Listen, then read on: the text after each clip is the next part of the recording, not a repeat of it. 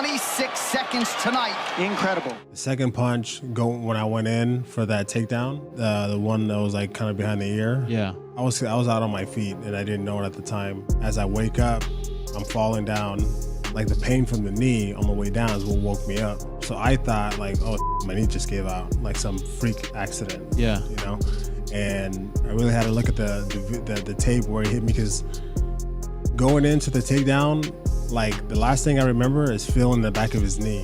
That shot that he threw, he shouldn't have thrown, because I was already in on the takedown. He ended up throwing it. It's behind the ear. He shouldn't even have thrown that trajectory. My face is here on him.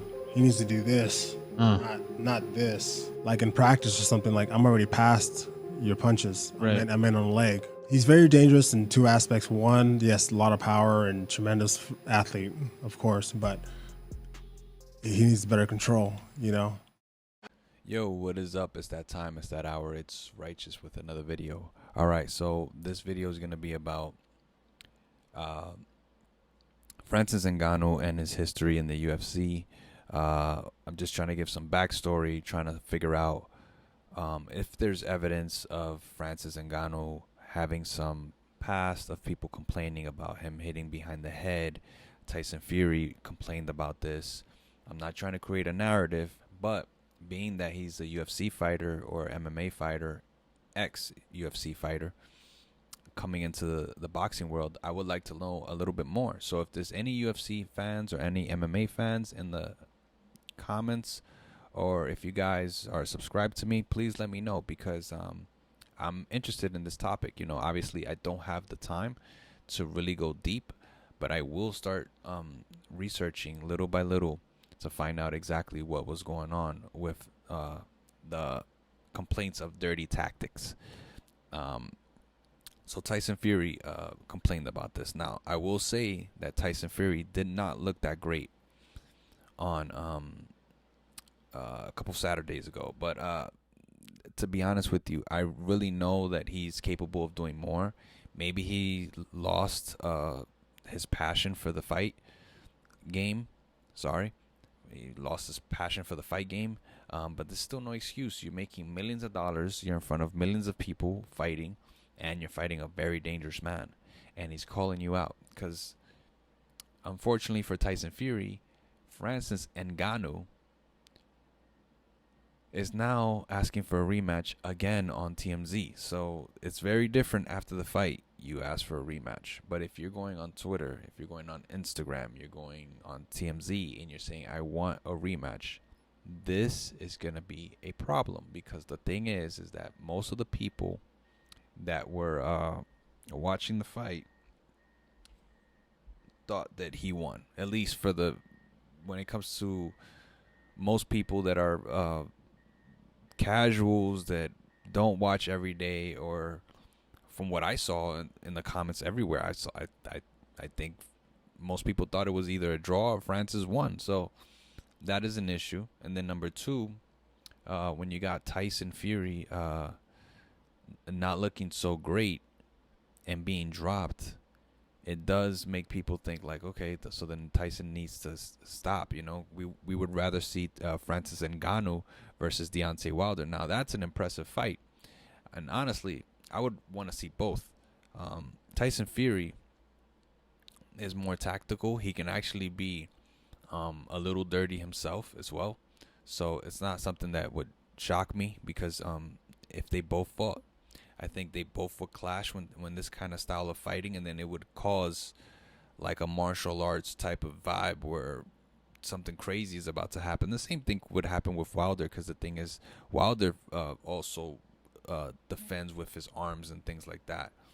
He doesn't really slip and dodge as much as Tyson Fury.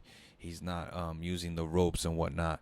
But Deontay Wilder, I think, would be using similar tactics as Francis Ngannou, but it would be a lot more interesting, because there would be a knockout factor. It would be like two guys throwing bombs at each other. Now with Tyson Fury, if he can collect himself back together to where he was when he was winning, a rematch with Francis Ngannou would be smart. It does ruin the Usyk fight, and it makes things have to be remixed. But again, this is what Tyson Fury wanted. But I'm bringing up the fact that there is a glimpse of history saying that people were complaining about Francis being a dirty fighter. So we can say this about a lot of boxers, and a lot of people have gotten away with crazy stuff. Even the most cleanest fighters have done it. I've seen, and I'm not saying Triple G is the most cleanest fighter, but the one that comes to my head right away is Triple G when he punched, I'm not remember his name right now, but he's a Canadian fighter. He punched him on his way down. He was on his way down to a knee, and he punched him. I think he's done that a few times, if I'm not mistaken. It happens. I've seen Floyd throw elbows. We saw Tyson Fury throw elbows.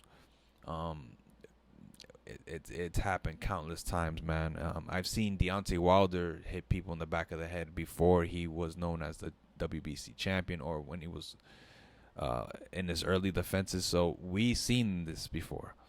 But is it an angle that Tyson Fury could use to be like, you know what, I'm going to fight Usyk, and it doesn't matter what Francis says. He only has one win, or he only has one loss, I'm sorry. He only has one moral win, and he only has one loss. So then that means I don't have to honor him. I don't have to respect his way of fighting, because he's new to this. What does he know? What does he have? You know what I'm saying? And he's a dirty fighter. That's a huge angle to take. But if he looks good in his next fight with whoever, if it's not Francis Ngannou, he can take that angle, and then he could make it seem like, yo, you guys are going to have to wait because Francis ain't it. He ain't ready. And that's that. And it'll piss people off, and people will wait. But another thing is that Francis is 37, while Tyson is 35. So if we're waiting, those guys are getting older. One guy's a little bit younger. Let's see what happens. The trick bag would be if Usyk won and he beat Tyson Fury. Now we definitely have a trick bag, because Usyk doesn't back down from anybody, and he wants clout. He wants to be known as the champion. But he's also getting older. So interesting stuff. Do you guys think that angle could work at least slightly? Because at the end of the day, there's nothing else that Tyson Fury can say to dodge this fight. I really see that that's his only angle, is to say that Francis is a dirty fighter and he doesn't deserve a rematch. So what do you guys think? There's other angles as well.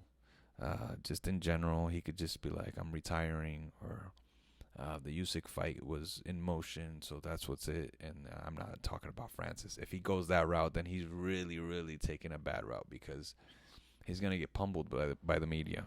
Pummeled. But I think the back of the head stuff is going to come. I think it's on its way. But anyway, you guys keep stay in the comments, because I don't watch UFC like that. I don't watch UFC. So if you watch UFC, if you watch MMA, let us know. Let's talk. Let's converse. Let's see what's out there, because I never known of Francis like that. I know that he's one of the most powerful heavyweights that ever fought in the UFC, and now it's looking like in boxing. So if there's any evidence, bring it up. If there's any conversation like that, bring it up, because I want to know. Aside from that, let's try to keep boxing alive, and look out for more content from me. Like, comment, share, subscribe. You already know. Peace out.